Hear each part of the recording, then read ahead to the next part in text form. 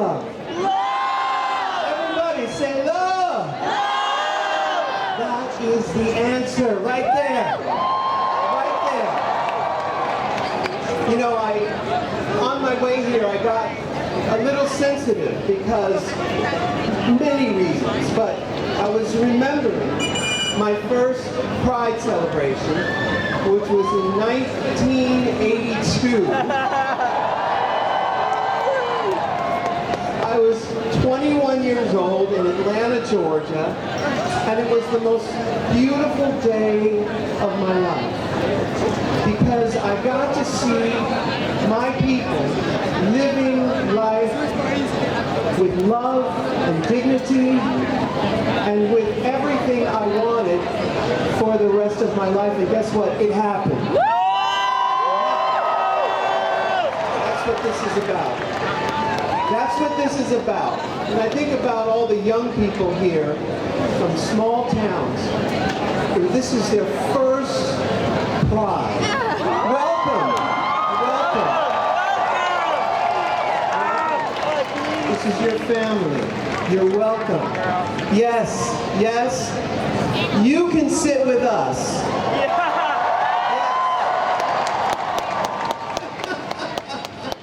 It's very important because, you know, a lot of people come from families that, for whatever reason, don't accept them or who are closed down to the idea of love. And here, young people have found their family. As gay people, we get to choose our families. And you are my family.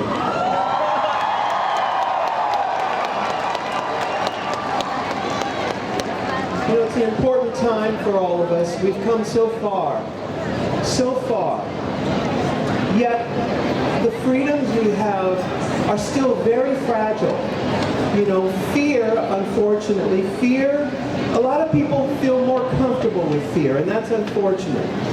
And I want you all today, here in this beautiful, beautiful square, to remember love, remember who you really are. Now, I say that because as I was growing up in this world, I had lots of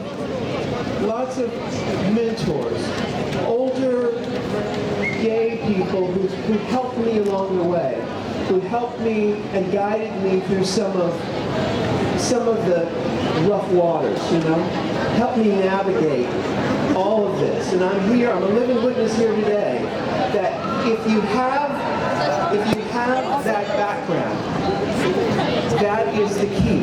And for you young people here, this is your first Pride, get to know your brothers and sisters. Get to know some of the older queens and transgender people who have been this path.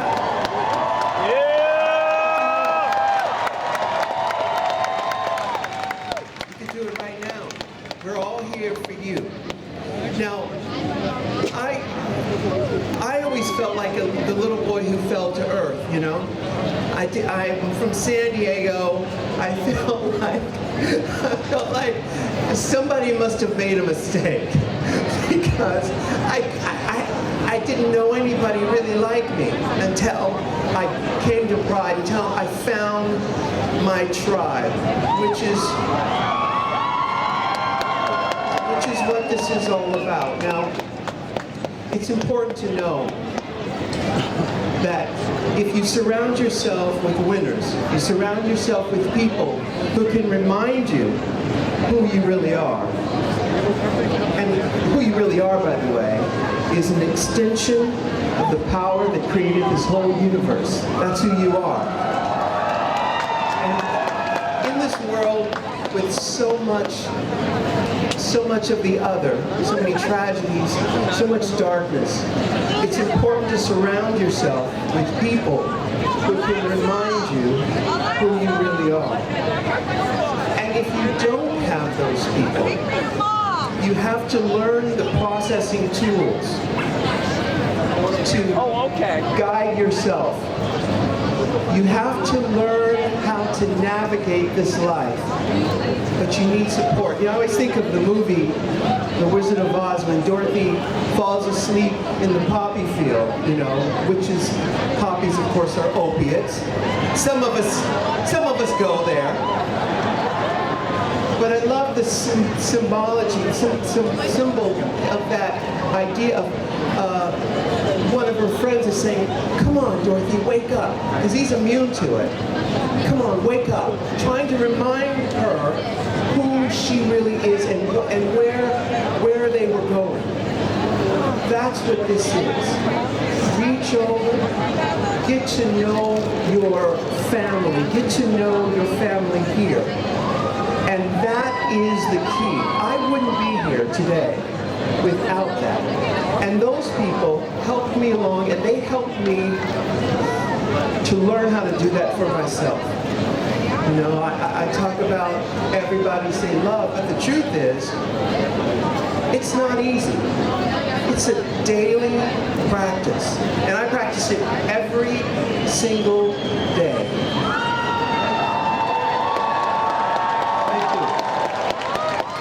Because it's very easy to get off course. There's Poppy Field or Tim Hortons, whatever your pleasure may be. It's very easy to get distracted, especially today. You know, we've come so far. We've come so far.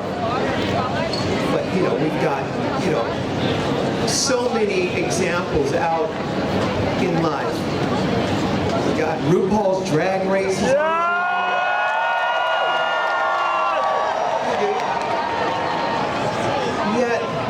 Yet it could still be very, very lonely for sweet, sensitive souls. And that's who you are. You're sweet, sensitive souls. And I've said this many times before, the biggest threat for sweet, sensitive souls is to tend to go to the bitter side because you feel so much. You feel so much that it hurts, and you don't know how to channel that energy. So the only place you could go is into that darkness. We've all been there. We've all been there. But I challenge each of you to stay in the light. Stay in the light. And when it gets dark, reach over and ask one of your friends, one of your family members here, to help you. That's what we are here for today. It's to remind you.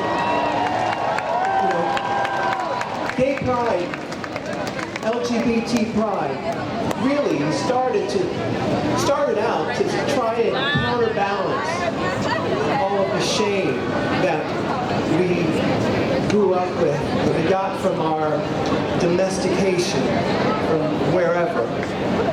And that only goes so far. Pride feels like it takes you here. It takes you right there. It sort of evens it out.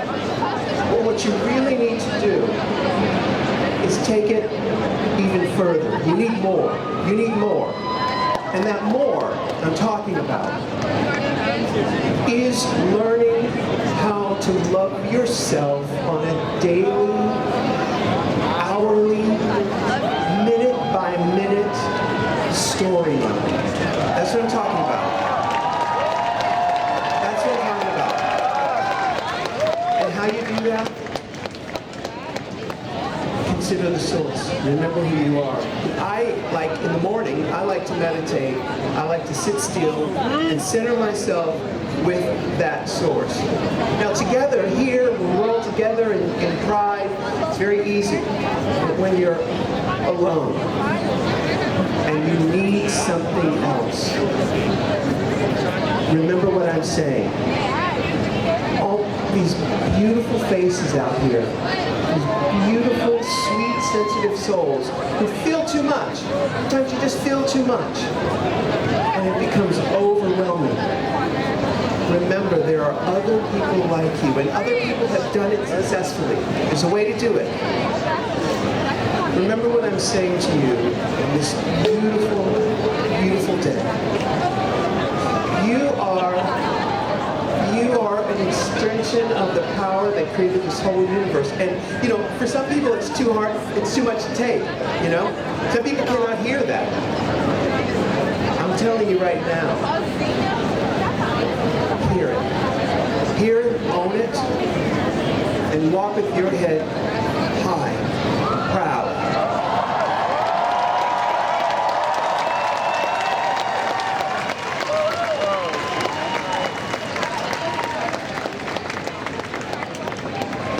It's a daily reprieve, and right now we've got it. Right now we've got it in Toronto. I got to tell you, Toronto is a very special place for me. It's like a benchmark place for me because so many great things have happened to me here. That's why when the call came through, I jumped at the chance because Toronto is where I was able to, it was actually 21 years ago that I signed a contract with MAC Cosmetics to become the first face of MAC Cosmetics.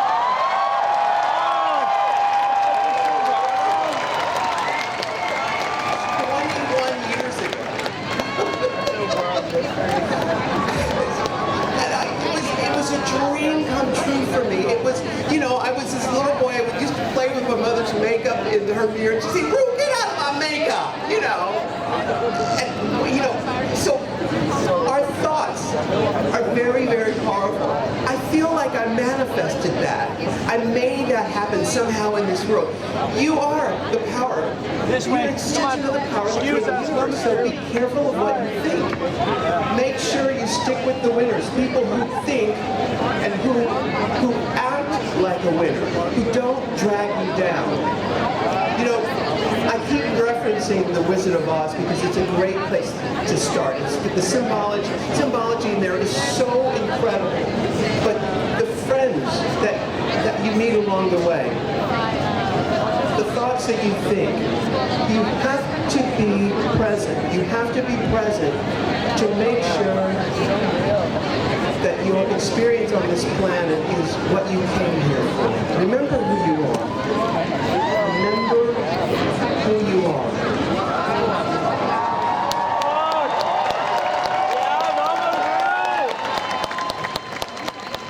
Now, I've just got 1 minute left, but I want you to know that I love you so much. You are my tribe. So for some of the people who've been around for a while, shake the hand of one of the young ones. Tell them the stories of our brothers and sisters who came before us so that they can pass the story along.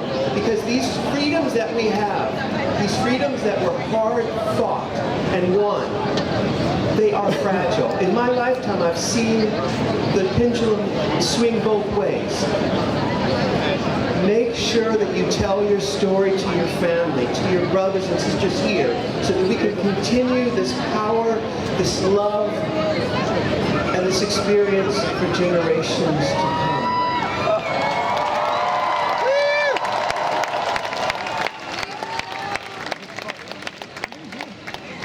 I love you, and I'll see you next time.